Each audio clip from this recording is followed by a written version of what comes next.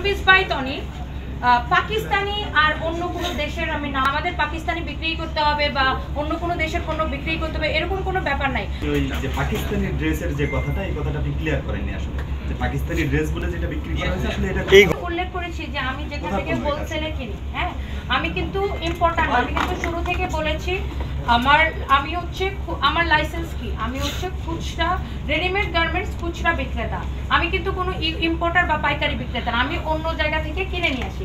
তো আমি যে লাকানি কালেকশন থেকে যেখানে লাকানি কালেকশন স্বীকারোক্তি দিয়েছে আমার কাছে সে 5000 পিস ড্রেস বিক্রি করেছে, সেখানে সে এটা কোথায় থেকে নিয়ে আসছে এটা কিন্তু নিশ্চিত আমি করতে পারবো না বা ইম্পোর্টের কাগজ কিন্তু আমি দেখাইতে পারবো না ভাইয়া। তিনি কিন্তু অস্বীকার করেছেন যে এটা পাকিস্তানি ছিল, এটা ফেক ছিল।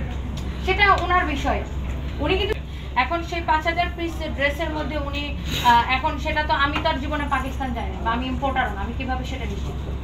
তাহলে এটাই প্রমাণিত যে প্রোডাক্ট ছিল ওটা পাকিস্তানি ছিল না।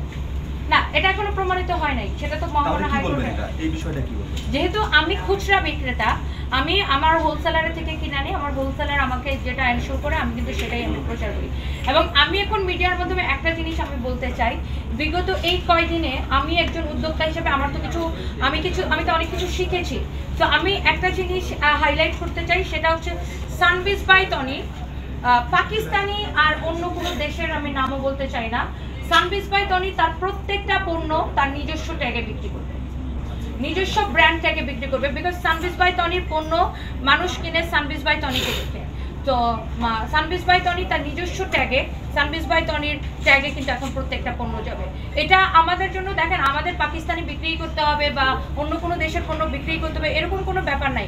আমার সানবিজ বাই টনি শুরুই হয়েছে দেশি শাড়ি দিয়ে, আমি টাঙ্গাইলের শাড়ি দিয়ে শুরু করেছি এবং কাস্টমারের চাহিদা অনুযায়ী আমরা দেশি বিদেশি সব ধরনের পণ্য আমাদেরকে রাখতে হয়েছে পরবর্তী সময়ে যখন আমাদের প্রতিষ্ঠান একটু একটু করে বড় হয়েছে। এবং আমি এই ঘটনার পরে আমার নিজের কাছে মনে হয়েছে, আমি নিজের সিদ্ধান্ত নিয়েছি সানবিজ বাই টনির আজকের পর থেকে যত পণ্য যাবে, অলরেডি আমাদের কার্যক্রম চলতেছে, প্রত্যেকটা পণ্যের গায়ে শুধুমাত্র সানবিজ বাই টনির ট্যাগ থাকবে। আচ্ছা, আইনের প্রয়োগ না করে ক্ষমতার অপব্যবহার করা হয়েছে। অবশ্যই হয়েছে এবং মিডিয়ার অপব্যবহার করা হয়েছে। একজন নারীর বা একজনকে যখন আপনি দোকান বন্ধ করবেন, শাস্তি দিবেন, সেখানে আবার মিডিয়ার ট্রায়াল কেন?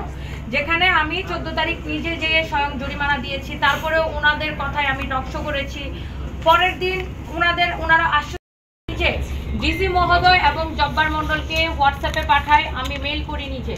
এবং আমি যখন, কারণ আমার একটা দিন যাওয়া মানে আমার ব্যবসা নষ্ট হয়, একটা দিন যাওয়া মানে আমি এখন পর্যন্ত আমার স্টাফদের কোনো বেতন বোনাস দিতে পারি নাই। আমি 10 তারিখে আমি অ্যাডভোকেট সার্টিফিকেট দিলে কিন্তু তাদের দোকানটা খুলে দেওয়ার কথা ছিল। আমি অ্যাডভোকেট সার্টিফিকেট নিয়ে পুলিশ প্লাজায় আসি এবং পুলিশ প্লাজার মার্কেট কর্তৃপক্ষ বারবার তাদের সাথে জব্বার মণ্ডলের সাথে যোগাযোগ করার চেষ্টা করে। লাস্টে তিনি সন্ধ্যার সময় ফোন দিয়ে বলে যে আমি না বলা পর্যন্ত দোকান খুলবে না। তাহলে কি উনি হাইকোর্টের উপরে চলে গেলেন?